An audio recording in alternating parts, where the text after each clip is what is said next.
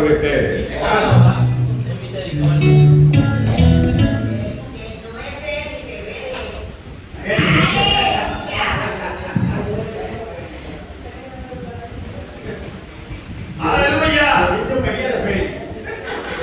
Aleluya. ¿Cuánto se goza? Amén. Así no fue que dijo Jehová. Aleluya. Le damos gracias a Dios por esta oportunidad. Nos hemos gozado en esta noche. Amén. ¿Cuántos se han gozado? Amén. Se sentía la presencia de Dios en este lugar. Aleluya. Pastor, mire, yo creo que ese chivo es suyo. Aleluya.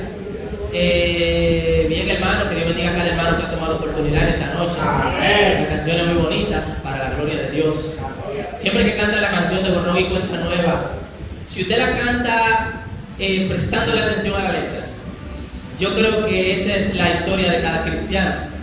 Desde que Dios llegó, todo cambió. Nada nos ha faltado, Dios lo hizo todo nuevo.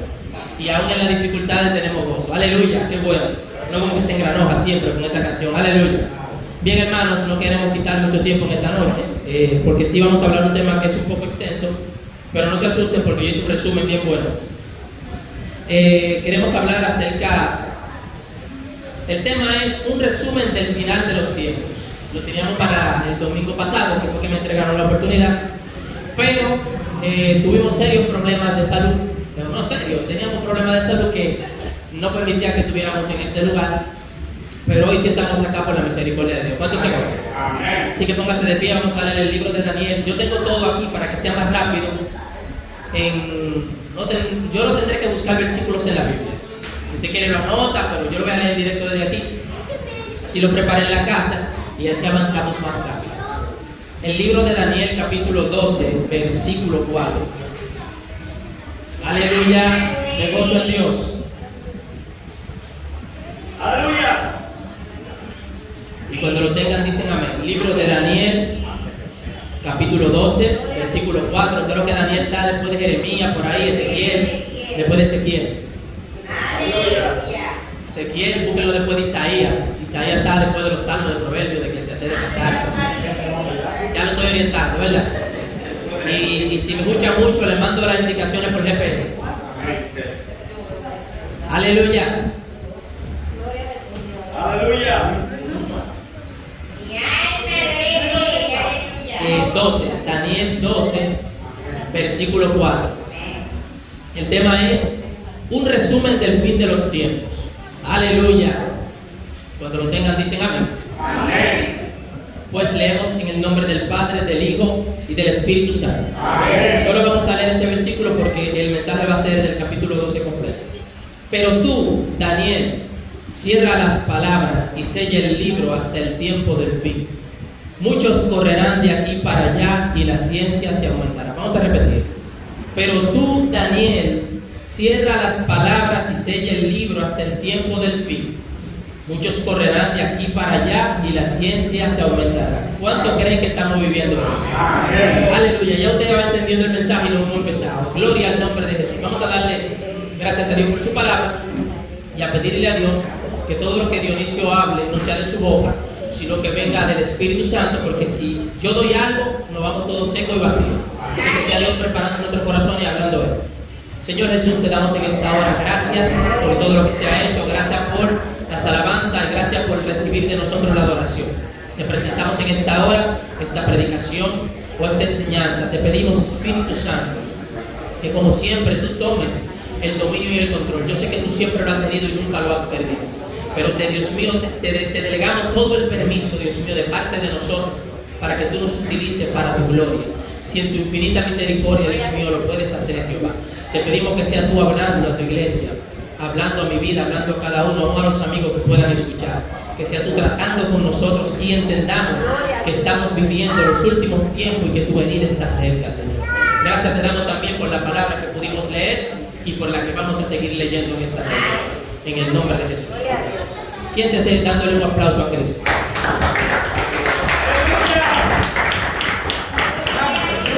Aleluya. El tema es Daniel 12, un resumen del fin de los tiempos.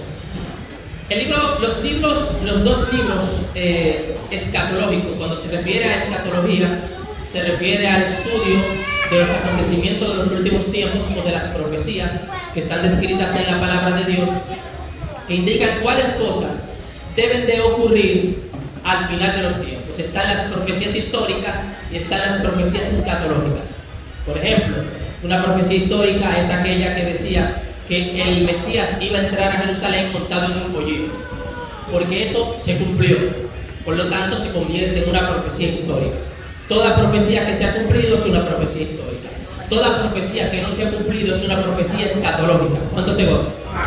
Entonces, en este sentido, el capítulo 12 de Daniel se convierte, yo le llamo a Daniel, yo le llamo Apocalipsis parte 2, pero el capítulo 12 en sí es un resumen de Apocalipsis completo o de los acontecimientos más importantes que deben de ocurrir en el final de los tiempos.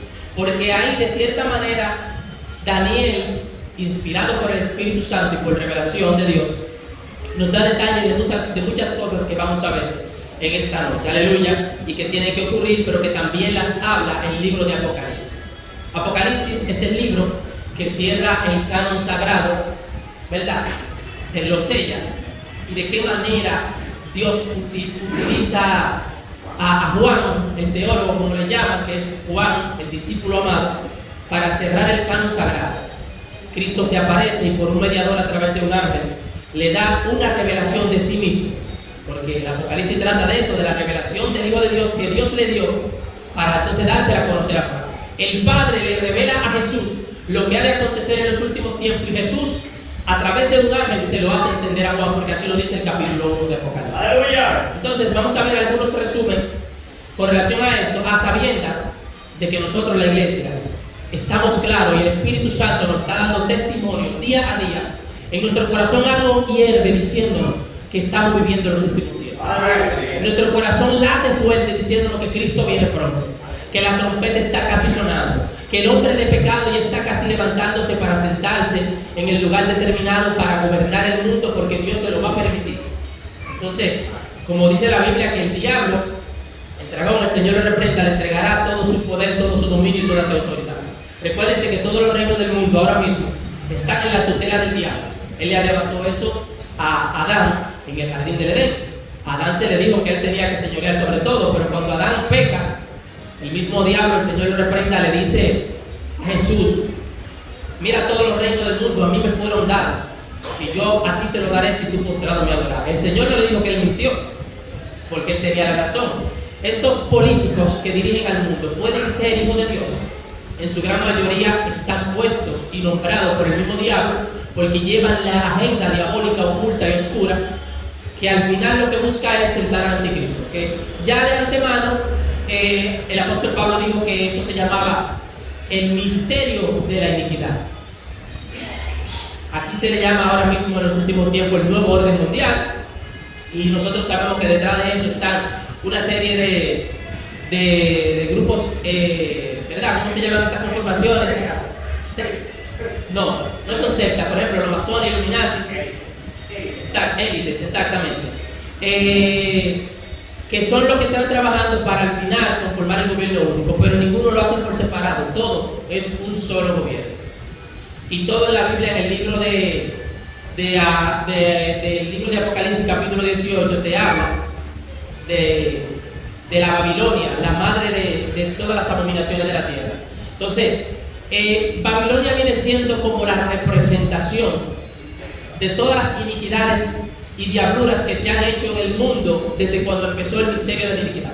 De hecho, ¿quién funda a Babilonia? Nimrod, porque Nínive era una de las ciudades que pertenecían a Babilonia, y también Babilonia viene del término Babel, su reino es Babel, Nínive. Entonces, de antemano ya usted va viendo dónde se origina Babilonia y cómo el imperio babilónico muta y va cambiando de un poderío a otro, cae en manos de los romanos, en manos de los medo-persas, pero al final es un mismo sistema diabólico que controla y que gobierna el mundo, y ha ido haciendo su entramado y dando sus pasos para llevar al mundo a la fase final, donde van a sentar un hombre para gobernar todo.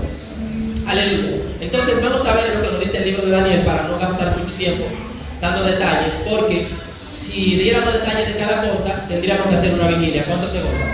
El verso 1 de Daniel 12, si usted quiere puede ir leyendo conmigo, deje su Biblia abierta y así nos gozamos y usted va viendo que lo que dice ahí es cierto, para la gloria de Dios. Aleluya. El verso 1 dice: en aquel tiempo se levantará Miguel, el gran príncipe que está de parte de los hijos de tu pueblo, y será tiempo de angustia cual nunca fue desde que hubo gentes hasta entonces. Pero en aquel tiempo será libertado tu pueblo, todos los que se hallen escritos en el libro de la vida. Nosotros sabemos que las escrituras dicen que el pueblo de Israel fue endurecido en parte, porque simplemente no aceptaron al Mesías, que es Cristo, cuando vino a la tierra. Entonces, pero también el libro de Romanos, que lo vamos a leer más adelante, nos da luz con relación a lo que va a acontecer con el pueblo de Israel en el final de los tiempos. Que la Biblia dice que cuando entre la plenitud de los gentiles, todo Israel será salvo. ¿A qué se refiere la plenitud de los gentiles? Cuando el gobierno total del mundo entero quede en manos de los gentiles. En este sentido se entiende gentiles aquellos que no temen a Dios y que le sirven directamente al diablo. Va a entrar la plenitud de los gentiles cuando el anticristo se siente en el trono y empiece a controlar el mundo. Entonces, esa faceta, ustedes dirán, ¿por qué en ese momento es que Israel va a ser salvo? ¿Y por qué no lo es ahora? ¿Y por qué ahora sigue endurecido? Dios ha permitido que estén endurecidos. En su infinita voluntad y soberanía Él lo ha hecho. Ahora bien, cuando el anticristo aparezca, el libro de Daniel, capítulo 9, versículo 27, que lo vamos a leer más adelante, demuestra que en la última semana de las 70 semanas que están predestinadas o determinadas para que ocurra ya la fase final del acontecimiento y de este mundo, de todo lo que ha de ocurrir en la escatología, Daniel 9:27 no habla de la última semana. Entonces habla del levantamiento del anticristo. Dice que por una semana hará un pacto con Israel, un pacto de una semana. Cuando en el lenguaje escatológico y profético se habla de una semana, se refiere a 7 años literalmente. Es decir, que cuando se habla, por ejemplo, de 3 días, estaríamos hablando de 3 años. Y también cuando el término de la Biblia dice tiempos y la mitad de un tiempo, también se refiere a 3 años y medio. Entonces, cuando se habla de una semana, en sentido literal, nosotros entendemos por otros versículos que dice la Biblia, que la gran tribulación es un proceso o un periodo que tiene que durar 7 años, por lo que dice Daniel 9:27. Entonces, en esa semana, cuando el anticristo aparece, que cuando se destapa el primer sello de Apocalipsis capítulo 5, capítulo 6, dice que aparece un caballo blanco y hay uno montándolo que tiene un arco y le fue dada una corona y salió venciendo y para vencer. Ese no es Jesucristo, sino que es el anticristo. Es el momento donde él aparece en la escena cuando se destapa el primer sello, porque Dios da el permiso de que pueda empezar a ejecutar. Ahí el anticristo hará un pacto con el pueblo de Israel. Israel lo reconocerá como su Mesías. No quisieron aceptar a Cristo, pero llega este hombre que va a cumplir con lo que ellos consideran que son todas las facetas que habla la Escritura y lo que ellos entienden que debe de tener el hombre, él lo va a tener, pero aparte de eso los va a engañar. Entonces hará un pacto con ellos, empezarán de nuevo los cultos o los rituales de la ley de Moisés, que se harán en el templo. El templo no es un templo ahora mismo, pero entendemos que va a haber un templo. Solo dice, por ejemplo, el libro de Apocalipsis capítulo 11, dice Juan que se le dio una vara para medir y se le dijo que midiera el templo y el patio, pero que no midiera lo que estaba adentro de él. Eso nos indica a nosotros que debe de haber un templo. Pero también el libro de Daniel dice que el anticristo a la mitad de la semana, en 3 años y medio después de que pacte con Israel, hará cesar el sacrificio porque va a romper el pacto de paz que había hecho con el pueblo de Dios. Cuando dice que hará cesar el sacrificio, nos da a entender que ya hay un templo y que en ese templo se están haciendo todos los rituales que ordena el libro de Levítico y que Dios le dio a Moisés para que su pueblo lo llevase a cabo. Significa que se tiene que levantar un sumo sacerdote, tienen que venir los hijos de Leví de nuevo a servir en el templo, a hacer los rituales de las 3 de la tarde, el sacrificio continuo todos los días, a disfrutar de la Pascua, de todas esas cosas que se hacían en el Antiguo Testamento. El anticristo va a dar la orden de que se haga, y como él es el Mesías, él va a estar sentado dentro del templo y ellos los van a reconocer como su Mesías. Pero entonces él va a sacar las uñas a la mitad de la semana, dice la Biblia que son 3 años y medio, y romperá el pacto con Israel. entonces el hombre va a decir verdaderamente quién es Él, y que Él solamente merece adoración, y que el Dios de los cielos no merece adoración. De hecho, la Biblia dice en el libro de Daniel que del Dios de sus padres no hizo caso. Entonces, si dice del Dios de su padre y te lo dice con mayúscula, eso también nos da a nosotros una guía de que posiblemente este hombre va a ser judío, porque el Dios de sus padres, y lo pone con mayúscula, se refiere al Dios de Jacob, al Dios de Israel. Y se entiende que los israelitas están esperando un descendiente de David para ponerlo como Mesías, y ellos no van a aceptar uno que no lo sea. ¿Se entiende? Entonces, dice: en aquel tiempo se levantará Miguel, el gran príncipe que está de parte de los hijos de tu pueblo, y será tiempo de angustia, el cual nunca fue desde que hubo gente hasta entonces. Cuando dice tiempo de angustia, el cual nunca fue desde que hubo gente hasta entonces, nos está hablando de la gran tribulación, porque será un proceso de dolor y de sufrimiento, el cual nunca lo ha habido en la humanidad ni lo hará después de esto. Dice: pero aquel tiempo será libertado tu pueblo, todos los que se hayan escritos en el libro. Vamos a ver entonces cómo se desarrolla ese versículo. Apocalipsis 12, versículo 7 hasta el versículo 12. Después hubo una gran batalla en el cielo. Fíjense que lo que Daniel no describe en el capítulo 12, versículo 1, lo describe Apocalipsis en el capítulo 12, versículo 7. Después hubo una gran batalla en el cielo. Miguel y sus ángeles luchaban contra el dragón, el diablo, y luchaban el dragón y sus ángeles, pero no prevalecieron. ¿Quiénes no prevalecieron? El dragón y sus ángeles. El diablo y sus ángeles no pudieron ganar, ni se halló ya lugar para ellos en el cielo. Y fue lanzado fuera el dragón, la serpiente antigua, que se llama diablo, que significa calumniador, y Satanás, que significa adversario, el cual engaña al mundo entero. El hombre no es fácil. Oiga, engaña al mundo entero. O sea que el diablo no se puede subestimar. Que lo tengo pisado, que tenga mucho cuidado con eso. Dice la Biblia solamente con relación a Satanás, el Señor lo reprenda: resistid al diablo y él huirá de vosotros. No te dice a ti que le dé una patada, que lo pise, que lo maldiga, nada de eso. Cuidado con eso, porque es demasiado poderoso, tanto que tiene al mundo entero engañado. Dice: y fue arrojado a la tierra, y sus ángeles fueron arrojados con él. Eso nos indica que a pesar de que hay demonios aquí en la tierra, su mayoría de trabajo la están ejecutando en el tercer cielo. Ustedes dirán: pero el diablo en el tercer cielo todavía. La Biblia nos demuestra a través del libro de Job que cuando los hijos de Dios vinieron a presentarse delante de la presencia de Dios, ¿dónde está Dios? En el tercer cielo, allá tiene su trono, ¿verdad? También el diablo vino entre ellos.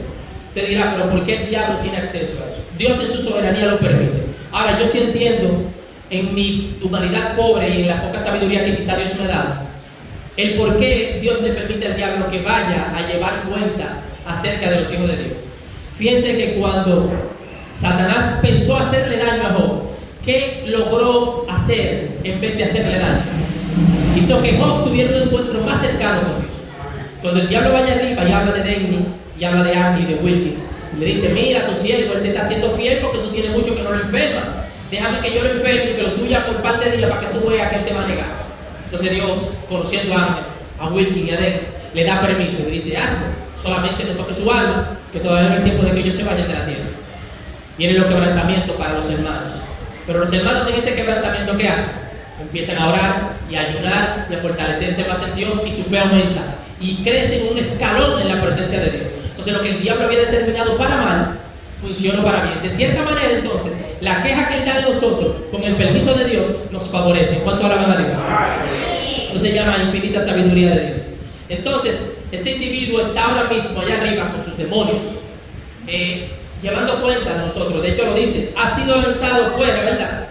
El cual engaña al mundo entero, fue arrojado. Dice: entonces oí una gran voz en el cielo que decía: ahora ha venido la salvación, el poder y el reino de nuestro Dios y la autoridad de su Cristo, porque ha sido lanzado fuera, óigalo bien, el acusador de nuestros hermanos, el que nos acusaba delante de nuestro Dios día y noche. El hombre actualmente no descansa, acusando a todo el que se quiera meter con Dios y el que quiera santificarse. De hecho, con relación a Pedro, ¿qué le dijo el Señor a Pedro? Pedro, el diablo te ha pedido para que tú fueras zarandeado, pero yo he rogado que no falte tu fe. Y Pedro, nosotros sabemos que fue tremendo siervo del Señor para su gloria.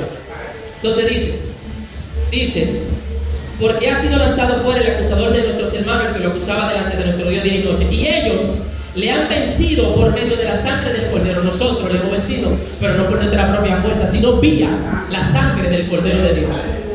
Dice, y de la palabra del testimonio de ellos, y menospreciaron su vida hasta la muerte. ¿Cuántos cristianos han sido muertos y han preferido morir que negar la eficacia del Evangelio y del poder de la sangre de Cristo? Y menosprecian su vida hasta que sean muertos en vez de negar a su Señor. Yo me imagino que el diablo se dé en la pared cuando matan a un cristiano sin que niegue el nombre del Señor. Entonces dice, por lo cual alegraos cielos y los que moráis en ellos. Por entonces manda a los cielos, a los ángeles que están allá arriba y a los siervos de Dios que ya han sido salvos, que se alegren y que adoren a Dios porque el diablo fue arrojado. Pero oigan lo que dice ahora: ay de los moradores de la tierra y del mar, porque el diablo ha descendido a vosotros con gran ira, sabiendo que le queda poco tiempo. Entonces, en el resumen del verso 1 de Daniel, eso es lo que la parte que nos quiere dejar dicho. En aquel tiempo se levantará Miguel, el gran príncipe que está de parte de tu pueblo, y será tiempo de angustia, el cual nunca fue desde que hubo gente hasta ahora. Cuando el anticristo inicia en el primer periodo de paz de los 3 años y medio, todavía el diablo está allá arriba. Pero cuando Miguel se levanta por orden de Dios, este hombre hay que sacarlo de aquí ya, tíralo para abajo con todo su sangre. Y se da una gran batalla, porque el diablo no quiere que lo lancen, él quiere seguir dando cuenta, porque él entiende que en el momento que él sea lanzado de ahí, empieza a correr el reloj definitivo que indica que el final de sus días está cerca. Porque serían entonces sus últimos 3 años y medio dando guate en la tierra, aunque después liberado por un poco de tiempo, la Biblia dice. Pero entonces, cuando él es lanzado, la Biblia registra en Daniel que en ese periodo entonces es libertado el pueblo de Dios. Entonces dirá, pero ¿cómo encaja eso? Encaja sencillo. Cuando el anticristo rompe el pacto, cuando el diablo es lanzado y cae en la tierra y viene con furia contra toda la humanidad, porque sabe que le queda poco tiempo, y le dice al anticristo, sácame las uñas, rómpeme el pacto con el pueblo de Dios. Entonces, cuando él rompe el pacto con el pueblo de Dios, en su intento de hacerle daño, lo que le hace bien, porque ahí ellos entienden que él no era el Mesías y que el Mesías era Cristo, el que había venido a hacer un milagro. ¡Aleluya! Entonces los israelitas se arrepienten y aceptan a Cristo como su Salvador. Y ahí es donde dice el libro de Daniel, pero en aquel tiempo será libertado tu pueblo. No se refiere a la iglesia de Cristo, a los gentiles, a nosotros, sino se refiere a los judíos, a los israelitas que estaban ciegos pero abren los ojos. Lo que significa que aún el diablo allá arriba no beneficia, pero cuando lo lanzan también beneficia al pueblo de Dios, porque todo lo que Dios hace es para beneficiar a aquellos que tienen la promesa de salvación. Aleluya. Entonces, esa gran batalla se da, y cuando el diablo desciende con gran ira, él dice, bueno, me queda poco tiempo. Lo dice ahí como lo leímos, sabiendo que le queda poco tiempo. ¿Qué dice Romanos 1, 25 al 27 con relación a esto? Porque no quiero, hermanos, que ignoréis este misterio, para que no seáis arrogantes en cuanto a vosotros mismos, que ha acontecido a Israel endurecimiento en parte hasta que haya entrado la plenitud de los gentiles. Cuando el anticristo saca las uñas, es el momento donde entra la plenitud de los gentiles, porque él dice, no, todos los reinos del mundo nos pertenecen a nosotros. Entonces, el endurecimiento de Israel, en que es en parte, llega hasta ese preciso momento. Dice el 26, y luego todo Israel será salvo. ¿Por qué van a ser salvos? Por la misericordia y por la promesa de Dios hecha a los padres, porque son salvos por promesa, por elección. Pero de todas maneras ellos tienen que aceptar a Cristo y reconocerlo, porque sin ese paso es imposible la salvación. Dice, como está escrito, vendrá de Sión el libertador que apartará de Jacob la impiedad. Y este será mi pacto con ellos cuando yo quite sus pecados. Entonces, para que vayamos viendo cómo Daniel 12 de cierta manera lo resume todo. El versículo donde Daniel 12 dice, y muchos de los que duermen en el polvo de la tierra serán despertados, unos para vida eterna y otros para vergüenza y confusión perpetua. Este versículo tiene tanta sustancia que describe la primera resurrección y también la segunda resurrección, pero ambas ocurren en periodos y etapas diferentes. La primera resurrección, ¿con quién inicia? La primera resurrección inicia con Cristo. Eso lo vemos en 1 Corintios 15, 22 al 24. Para que nos entendamos, La primera resurrección es aquella donde los muertos que murieron en Cristo van a resucitar con un cuerpo transformado para heredar la salvación eterna. ¿Cuántos se gozan? Esa promesa está para nosotros y para todos nuestros familiares que han muerto en el Señor. Entonces, inicia con Cristo porque Cristo fue el primero que resucita con un cuerpo transformado para entonces indicarle a los que en Él creen que también van a ser premiados con igual galardón. ¿Qué dice Corintios, 1 Corintios 15, 22? Porque así como en Adán todos mueren, también en Cristo todos serán vivificados, pero cada uno en su debido orden. O sea, que dice que como en Adán murieron todos por el pecado, en Cristo hay resurrección, pero la resurrección tiene un orden. Y aquí viene el orden. Cristo es las primicias, luego los que son de Cristo en su venida. Y luego al fin, cuando entregue el reino al Dios y Padre, cuando haya suprimido todo dominio y toda autoridad y potencia. Es decir, la primera resurrección inicia con la resurrección de Cristo. La segunda etapa dice que es la de Cristo en su venida, que es la que describe en 1 Tesalonicenses 4, 13 al 17. El Señor mismo, con voz de mando, con voz de arcángel, con trompeta de Dios, descenderá del cielo y los muertos en Cristo resucitarán primero. Luego nosotros, los que vivimos, los que hayamos quedado, seremos arrebatados juntamente con ellos en la nube para recibir al Señor y estar siempre con Él. ¿Cuántos se gozan? Para nada es la segunda venida visible del Señor o la parucía, como muchos la confunden, porque habla de arrebatamiento y habla de recibir al Señor en el aire. En la segunda venida, el Señor viene a pelear contra el anticristo. No viene a arrebatar un pueblo para esperarlo en el aire y llevarlo al cielo, sino que viene con el pueblo detrás, como dice el libro de Judas, que venía el Señor con todos sus santos, con sus miles de santos detrás de él, para pelear contra el impío, que es el momento que se da en Apocalipsis 19, de su versículo, creo que 11 o 20 en adelante, que el Señor desciende para pelear contra el anticristo, contra todos los impíos, lo derrota, apresan al anticristo, al diablo lo lanzan, al anticristo lo lanzan en el lago de fuego y el diablo es apresado por 1000 años. Entonces, luego viene el gobierno milenial de Cristo. Entonces, ahí Corintios te dice que Cristo fue la primicia, luego en el arrebatamiento somos la segunda parte de la primera resurrección, y te dice, luego al fin, cuando Dios entregue el reino al Dios y Padre, entonces será la última parte. ¿Dónde se describe esta última parte? Apocalipsis 24 dice, y vi tronos, se sentaron sobre ellos los que recibieron la facultad de juzgar, y vi las almas de los decapitados por causa del testimonio de Jesús. Esos fueron los que murieron en la gran tribulación, que se dejaron mochar la cabeza. Si usted se queda, sepa que para poder llegar al reino de los cielos va a tener que dejarse decapitar. Entonces, dice, los que no habían adorado a la bestia ni a su imagen, y que no recibieron la marca en su frente ni en sus manos, y vivieron y reinaron con Cristo 1000 años. Dice, pero los otros muertos no volvieron a vivir hasta que se cumplieron 1000 años. Esta es la primera resurrección. Yo siempre lo interpreto de la siguiente manera. Aquí termina la primera resurrección, porque todo el que resucite después de ahí va a resucitar para perdición y muerte perpetua. El Señor nos libre. Entonces, el versículo 2 te describe, muchos de los que duermen en el polvo de la tierra serán despertados. Unos para vida eterna, cuando suene la trompeta. Eso somos nosotros. ¿Cuántos se gozan? Y otros para vergüenza y confusión perpetua. Hay una confusión en lo que dicen que la iglesia va a pasar por la gran tribulación. Es que ellos enseñan que la primera resurrección se da exclusivamente en Apocalipsis 25. Pero eso es un error, porque Corintios nos enseña que inició con Cristo y que luego hay una segunda faceta de Cristo en su venida y una tercera faceta al final, porque se compara con la recogida de los cereales, con la fiesta de las primicias. Por eso dice que Cristo es la primicia. Se sembraba un campo de cereales enorme, y la primera parte que se sembraba era la primera parte que maduraba, y era la primera parte que se cosechaba. Esa era la primicia, ese es Cristo. Entonces la segunda parte del campo que se sembraba después, porque no había forma de sembrar un campo tan grande en un solo día, somos nosotros los que vamos a recibir a Cristo en el arrebatamiento. Y la última parte del campo de cereales que madura son los que sean decapitados en la gran tribulación y van a resucitar cuando ya Cristo venga a establecer su reino milenial.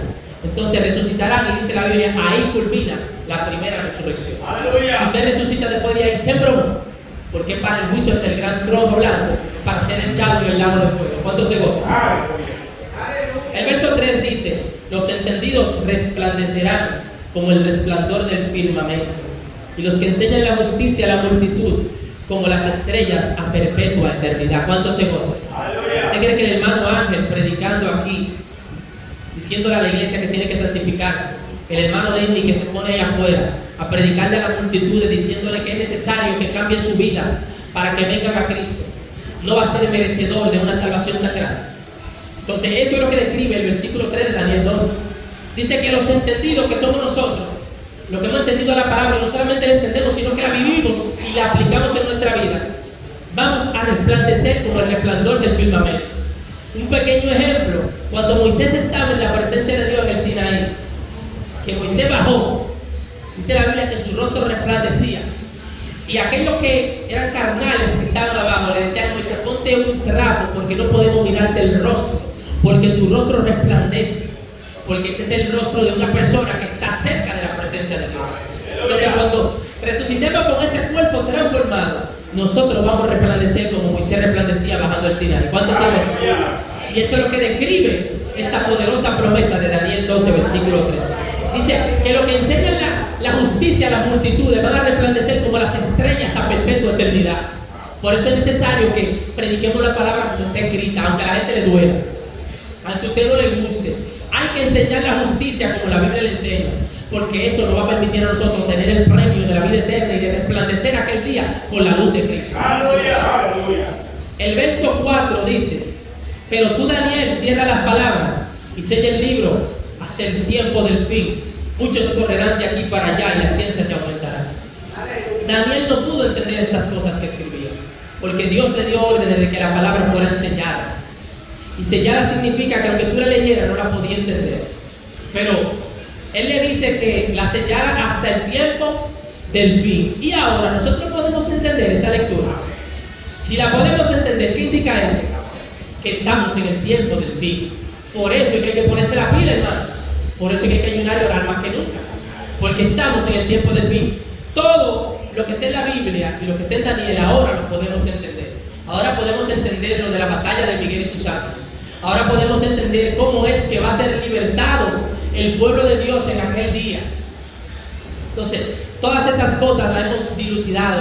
Podemos leerlas con claridad. El Espíritu Santo nos las ha revelado diciendo: mis hijos, miren cómo son las cosas. Y es el tiempo de fin necesario que ustedes las puedan entender.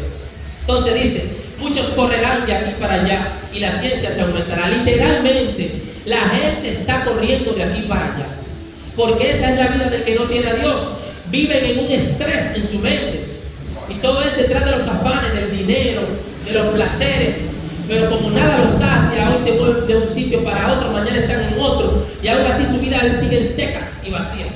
Y Proverbio lo dice: huye el impío sin que nadie lo persiga. El impío huye sin que nadie lo persiga. Tú lo ves que andan azorados en la calle, mas nosotros andamos en paz, porque estamos bajo la cobertura del Espíritu Santo y sabemos que tenemos garantía porque fuimos sellados por Dios para el día de la salvación. A nosotros no nos da miedo ni siquiera la muerte. De que nos asuste el dolor que pueda vivirse, sí, pero no porque tengamos miedo porque vamos a ir para el infierno. Nosotros sabemos que cuando muramos nos vamos con Cristo. ¿Cuánto se goza? Entonces, muchos correrán de aquí para allá y la ciencia se aumentará. Lo de la ciencia aumentada no hay duda. Se está haciendo de todo en estos tiempos. Hay de todo tipo de tecnología.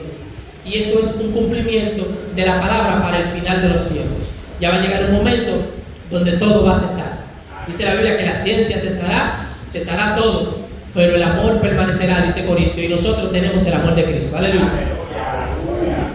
Dice la palabra de Dios en el verso 7, porque hay algunos que no lo vamos a leer. Y oí al varón vestido de lino que estaba sobre las aguas del río, el cual alzó su diestra y su siniestra al cielo y juró por el que vive por los siglos, que todo esto, yo parafraseando, será por tiempos y la mitad de un tiempo. Y cuando se acabe la dispersión del pueblo santo, todas estas cosas serán cumplidas. El pueblo de Israel todavía está disperso por diferentes países, pero llegará un momento donde esa dispersión se acabará y todos serán reunidos en Israel. Es el momento, pero todavía no es el momento donde se reúnen para recibir a su falso Mesías, que es el anticristo. Entonces dice que el cumplimiento de todas estas cosas será cuando se acabe la dispersión del pueblo santo, cuando todos los israelitas del mundo entero se han recogido para ir a lo que ellos entienden, darle servicio a su Mesías. Ahí es donde Dios va a agarrar a todito y le va a decir cuando el anticristo saque las uñas: bien, yo era el que había de venir, vine hace 2000 años, y a mí que ustedes tienen que aceptar. ¿Y quién es que convence de pecado? El Espíritu Santo. El Espíritu Santo hará una obra en todo el pueblo de Israel. Me imagino que el corazón de ellos se calentará en ese momento. Todos abrirán los ojos, se le quitará el velo y dirán: estábamos ciegos, lo teníamos alante de nuestros ojos la salvación y la rechazamos, pero todavía hay oportunidad, porque el Espíritu Santo te da a entender cuando todavía hay tiempo para ti. ¿Cuánto se goza? Entonces, a Daniel se le dice que ¿cuánto durará esto? Dice tiempo, tiempos y la mitad de un tiempo. Tiempo es un año, tiempos son 2 años y la mitad de un tiempo es medio año. Significa que son 3 años y medio. Lo mismo que es la mitad de una semana. Una semana tiene 7 días y la mitad de una semana son 3 días y medio. Y dijimos que en un lenguaje profético, cuando se habla de días en plural, se refiere a cada día como un año. Entonces, si son 7 días, son 7 años. Si son tiempos y la mitad de un tiempo son 3 años y medio, que es el periodo de tiempo donde el anticristo va a tener autoridad y el diablo para hacer lo que quiera con los seres humanos en la tierra.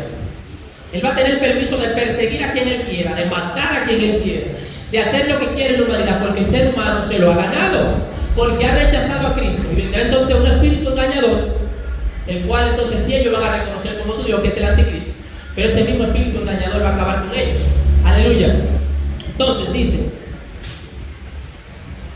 en Daniel 9:27: y por otra semana confirmará el pacto con muchos, y a la mitad de la semana hará cesar el sacrificio y la ofrenda. Ahí se refiere al anticristo, lo que le decía ahorita.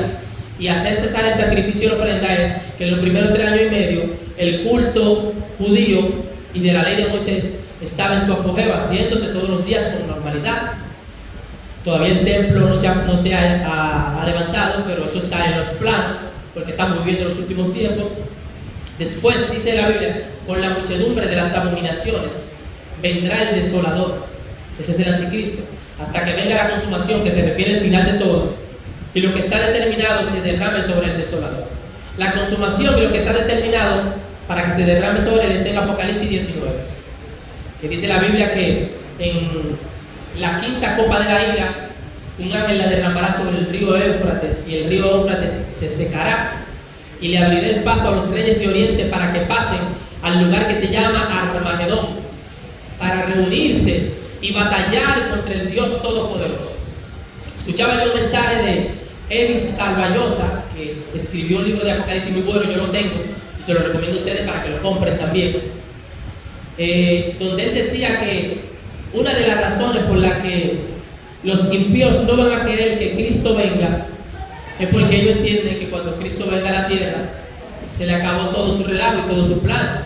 Por eso es que ellos van a luchar para que Cristo no venga. Y también él decía que una de las razones por las que el anticristo va a perseguir al pueblo judío es porque va a entender el diablo y el anticristo que si matan a todos los judíos, Cristo no va a tener que venir a buscar nada a la tierra. ¿Cuánto se goza?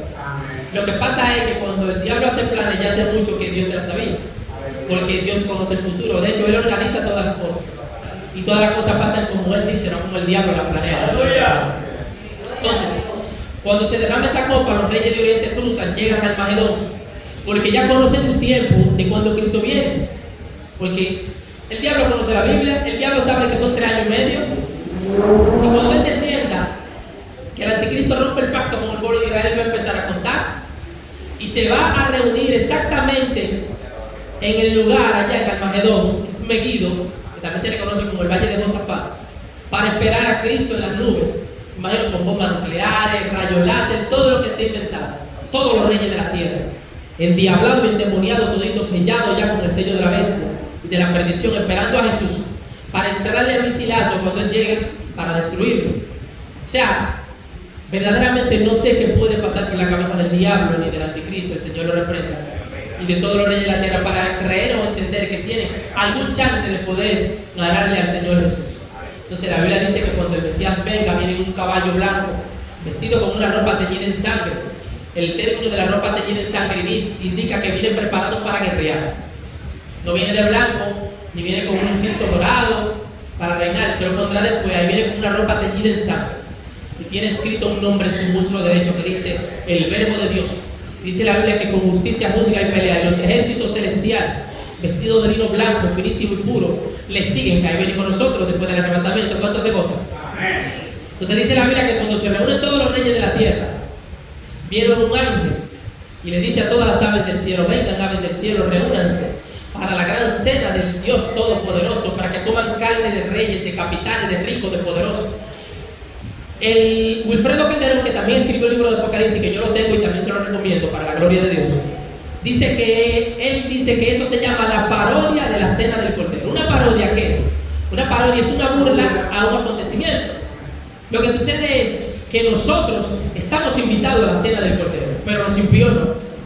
Los que están sellados por el anticristo no. Aleluya. Entonces, ¿qué pasa?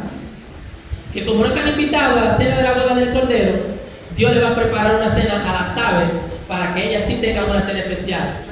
Aleluya. Disculpa. Aleluya. Esto pasa en vivo.